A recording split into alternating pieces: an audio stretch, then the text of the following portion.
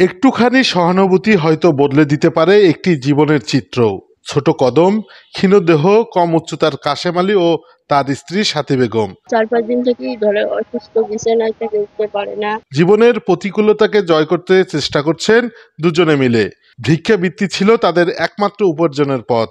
কিন্তু কয়েকদিন ধরে অসুস্থ কাশেম আলী। অসুস্থতার কারণে বন্ধ হয়ে গেছে তাদের উপার্জন, থমকে গেছে আয়। অর্থ না থাকায় চিকিৎসাও করাতে পারছিলেন না তারা। এই মানবিক অসহায়ত্ব চোখে পড়ে লালমিরহাট নিউজ টিমের।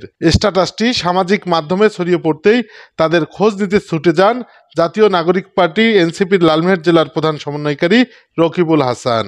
আজকে আমাদের ব্যক্তিগত পর্যায় থেকে আমরা আমাদের সাথী এবং কাশিম দম্পতিকে সহযোগিতা করেছি এবং আমাদের দেশ এবং আমাদের সমাজ ব্যবস্থায় আসলে আমরা চাই যে সবাই যেন স্বাভাবিক জীবনযাপন করে স্বাভাবিক একটা ইনকাম রাস্তায় চলে আসে। সহানুভূতির হাত বাড়িয়ে দেন তিনি।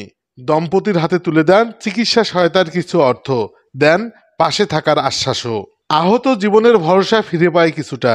সাথী কৃতজ্ঞতায় মহান সৃষ্টিকর্তার নিকট তার জন্য দোয়া করেন। আমাদের এখান থেকে একটা নেতা ভাই আসছে, ও কিছু আমার সহযোগিতা আর কি করে দিল।